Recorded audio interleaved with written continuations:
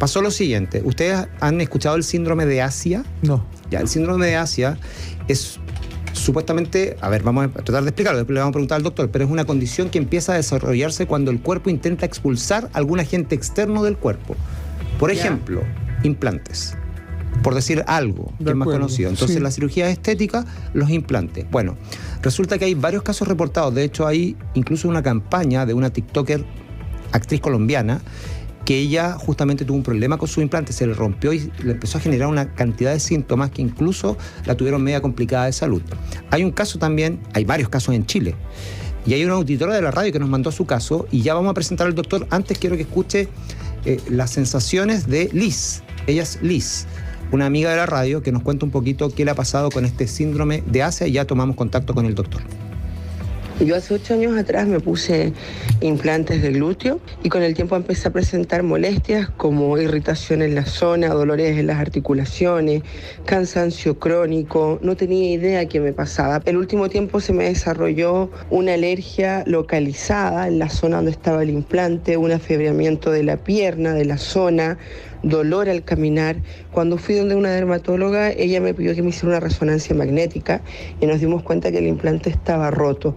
Ella me dijo de inmediato que lo que yo tenía era mal de Asia y que necesitaba correr a sacarme el implante y buscar algún médico, porque esto podía ser peligroso, que en Estados Unidos incluso había costado la muerte de algunas mujeres producto de esta enfermedad que era muy poco conocida y aceptada por algunos de los médicos.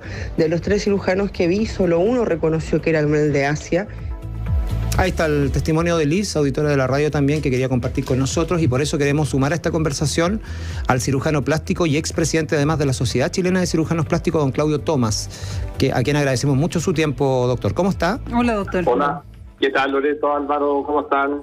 Muy bien aquí, doctor. Estamos, sorprendiéndonos un poco con este testimonio, no sé si lo alcanzó a escuchar bien, y bueno, ¿cuánto hay de conocimiento respecto a este síndrome? Eso es lo que nos dejó un poco la duda también, Liz, con su testimonio. Mira, este síndrome, que es la sigla quiere decir autoinmune, es un síndrome autoinmune inducido por un ayudante. Los ayudantes en medicina se comprenden cualquier dispositivo o medicamento. En específico, en el área de la cirugía plástica son los implantes corporales, especialmente los de mama, los de glúteo, de pantorrilla u otros. Correcto. El tema radica en que la persona puede desarrollar una enfermedad autoinmune que puede ser de diferentes síntomas en un plazo cercano al inicio de haber puesto el implante. Cambios en la condición del implante, como la ruptura, podrían generar una mayor respuesta, ya que hay un contacto más masivo y además con una silicona que genera más inflamación, que es el gel de silicona. Por eso todas las prótesis de silicona van en una bolsa sólida de silicona, no va el gel suelto, porque es muy inflamatorio. Claro. Se considera una enfermedad rara, no se considera una enfermedad frecuente. Las enfermedades raras afectan a menos de 1 por 1000 personas. Entonces, en este caso sería menos de 1 por 1000 pacientes implantados. Y por eso hay que descartar que la persona esté haciendo una enfermedad autoinmune por sí. Porque el tema también es que tú, como cualquier persona, puedes desarrollar una enfermedad autoinmune. Por eso no siempre el diagnóstico es tan claro ni tan preciso. Sí, doctor, también llama la atención porque esto no es algo inmediato, ¿no? Pueden pasar incluso meses o años hasta que la persona pueda estar percibiendo esto en su cuerpo. En el caso de los síndromes Asia, o sea, el Asia, que es un síndrome en el fondo, la verdad es que la relación del tiempo está más cercana al proceso de implantación. Yeah. Es raro que aparezca tardío, salvo, como te explicaba, que el implante sufra algún detalle que lo modifique en su evolución. Pero en el tema de lo que se considera Asia, las enfermedades más relacionadas son la esclerosis sistémica o también en la enfermedad de Sjögren, que son los síntomas que se consideran de menor importancia. Los síntomas que se consideran de mayor importancia son la fatiga crónica y el dolor. Sí. Dentro de esto, cuando tú tienes un paciente que está evolucionando con esas características, debes evaluar la posibilidad de que esté desarrollando la enfermedad. Ahora, le vuelvo a insistir, de acuerdo a los estudios que se han hecho, la incidencia de esto es baja. Por eso el dispositivo, el implante mamario, el implante glúteo u otro tipo de implantes siguen considerándose dispositivos médicos seguros.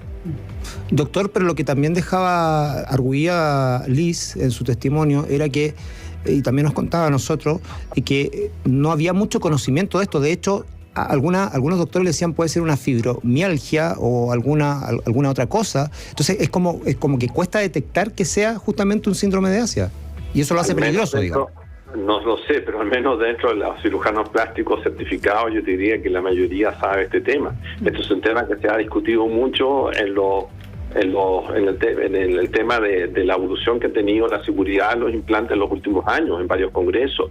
Entonces puede que haya consultado a alguien que no estaba tan informado del tema, pero la verdad es que si tú me preguntas, la mayoría de los cirujanos plásticos certificados sí sabe de esta condición. Correcto. Es algo que además nosotros hemos discutido en reuniones clínicas de nuestra sociedad en varias oportunidades. Sí, por eso también queríamos hablar con usted. ¿Y qué tiene que hacer en este caso Liz o las personas que nos están escuchando que tienen un problema similar? ¿Tienen que sacarse el implante? El tema es bastante controversial porque hay veces en que tú puedes retirar el implante y la persona sigue con la enfermedad. Curioso. ¿Eso por qué? Porque a lo mejor no era el implante y ya estaba desarrollando la enfermedad de por sí. Correcto.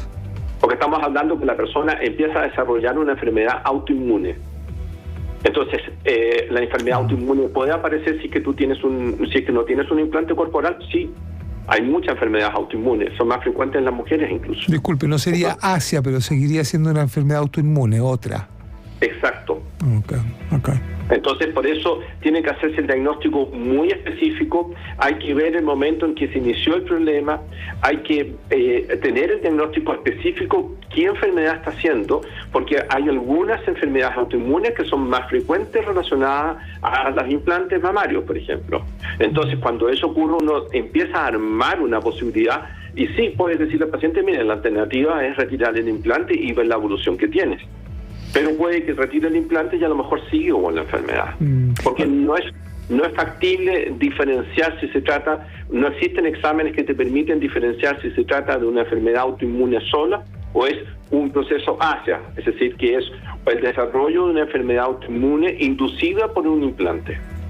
O por un ayudante, como usted decía, en sus siglas en inglés, ¿no es cierto? Claro, eso es. Ahora, en el caso de la especialidad, hemos hecho alusión fundamentalmente a implantes, pero ¿hay algún tipo de otro ayudante? Porque usted mencionó los remedios en términos generales, por ejemplo, algún tipo de agente externo, Perdón, sí. Sí, es que justamente un auditor está preguntando por implantes dentales o tornillos por fracturas, por ejemplo. Por ejemplo, tornillos por fracturas. Es menos frecuente. Pues mira, se describe en la Asia a cualquier cosa que tengas dentro del cuerpo. Catéteres subclavio, por ejemplo, de quimioterapia. Marcapaso. Implantes corporales como prótesis corporales con titanio y todo.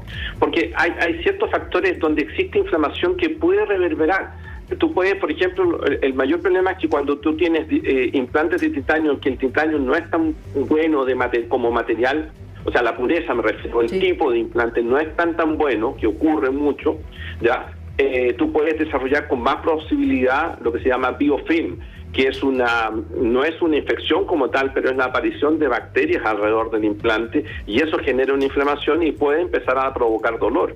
Y cuando tú reverberas dolor y otro tipo de cosas, puedes empezar a desencadenar este tipo de enfermedades.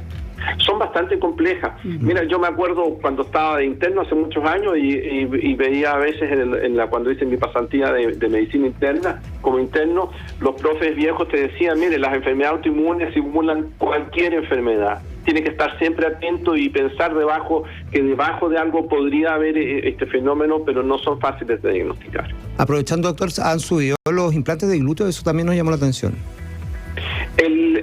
Los implantes de glúteo, el volumen de implantación ha aumentado, sí, significativamente en los últimos años.